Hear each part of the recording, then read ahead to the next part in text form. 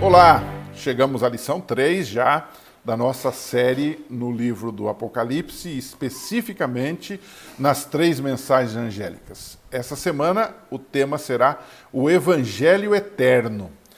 Nós agora começamos exatamente um breve estudo em cada uma das partes das 3 mensagens angélicas daqui até o final desse trimestre, né? Então, nessa semana, o título é O Evangelho Eterno.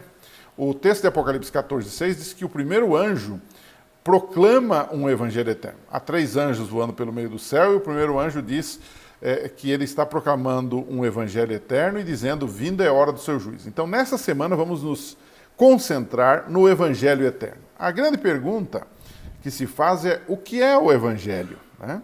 Nós todos sabemos que evangelho é boas novas, boas notícias sobre o que Deus fez por nós, dando o seu Filho na cruz do Calvário para que morresse em nosso lugar, ressuscitasse por nós e prometesse voltar para nos buscar. À primeira vista, quando a gente olha o Apocalipse, parece que o Apocalipse é juízo escaldante, né? E não é graça, não é evangelho, não é amor, porque a palavra evangelho, ela é terna, ela é suave, ela nos faz bem. Então, à primeira vista, não combina evangelho com Apocalipse. No entanto, está em Apocalipse 14:6 a ideia do evangelho, que representa a graça, o amor. Né?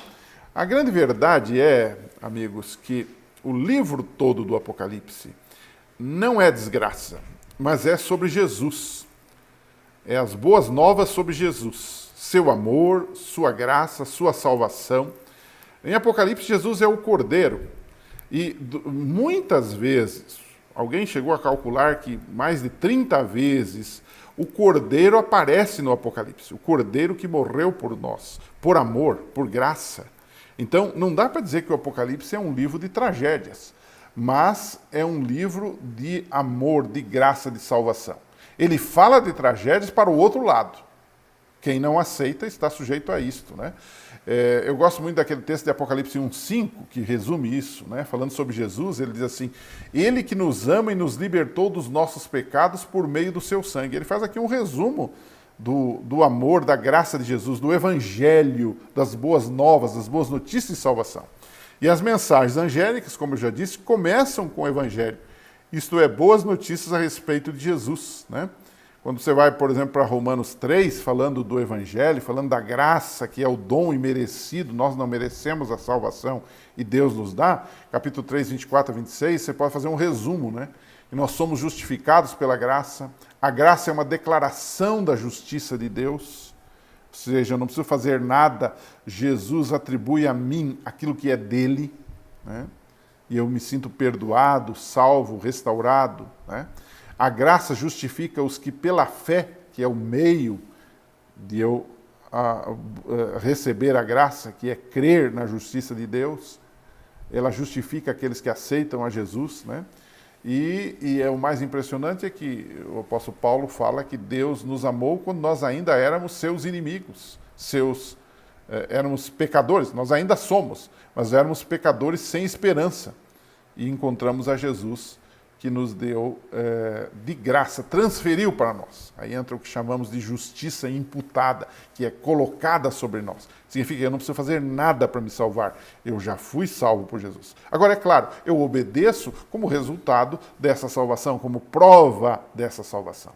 Agora, uma segunda pergunta, nós deduzimos o que é evangelho, que é boas novas sobre a salvação que nos é dada gratuitamente por Cristo, e ela está dentro do Apocalipse. O conceito do Apocalipse é também boas novas de salvação em Jesus para os que o aceitam. A segunda pergunta, que é muito interessante a gente saber também, é por que a expressão de Apocalipse 14:6 é evangelho eterno. Note que ele classifica esse evangelho, dizendo é o evangelho eterno. E por que é eterno? É eterno simplesmente porque está ligado aos atos passados, presentes e futuros de Deus. Eu gosto muito, para esclarecer isso, de Efésios 1, verso 4, onde o apóstolo Paulo diz assim, porque Deus nos escolheu nele antes da criação do mundo, para sermos santos e irrepreensíveis em sua presença. Ou seja, nós estávamos nos planos de Deus desde toda a eternidade. dentro do plano de Deus, o evangelho da salvação foi planejado até mesmo antes do pecado, segundo esse texto, né? No livro Desejado de Todas as Nações, que eu recomendo que você leia também, na página 11, há um resumo dessa questão, diz assim: o plano da nossa redenção, da nossa salvação, não foi um pensamento posterior. Nós já vimos isso através de Efésios com o apóstolo Paulo. Não foi um pensamento posterior, formulado depois da queda de Adão. Foi a revelação do ministério guardada em silêncio nos tempos eternos, Romanos 16, 25. Foi um desdobramento dos princípios que desde os séculos da eternidade tem sido o fundamento do trono de Deus.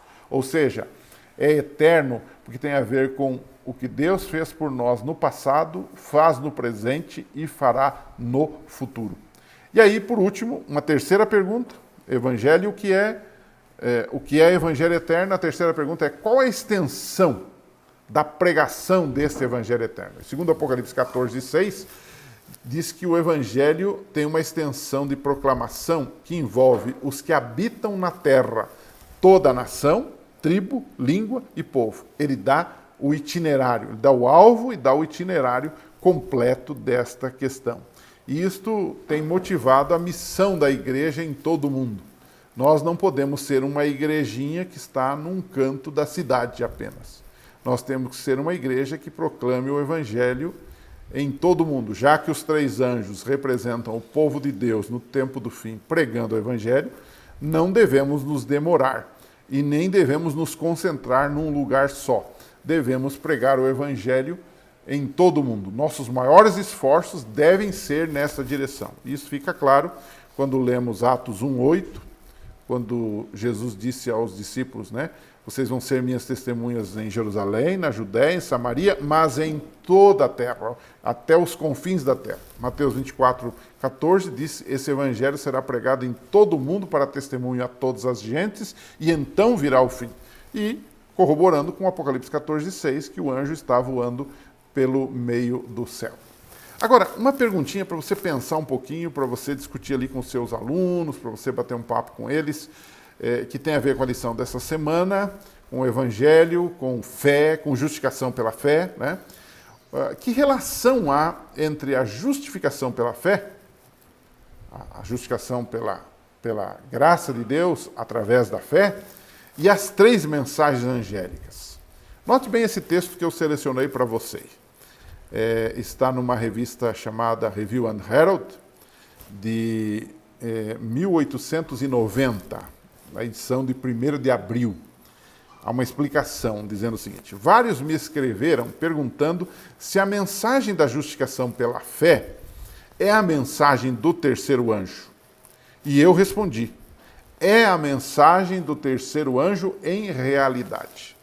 Então, antes de a gente pensar que as mensagens angélicas são fatalismo, são tristeza, são terror, nós temos que entender que a mensagem dos 3 anjos é desafiando os seres humanos a se entregarem a Cristo pela fé, serem justificados pela graça e obedecerem aos mandamentos pelo poder de Deus que Ele mesmo confere quando somos justificados pela fé. Pense nisso, a gente se encontra na semana que vem, se Deus permitir. Um abraço, divulgue esse canal aos seus amigos e até lá.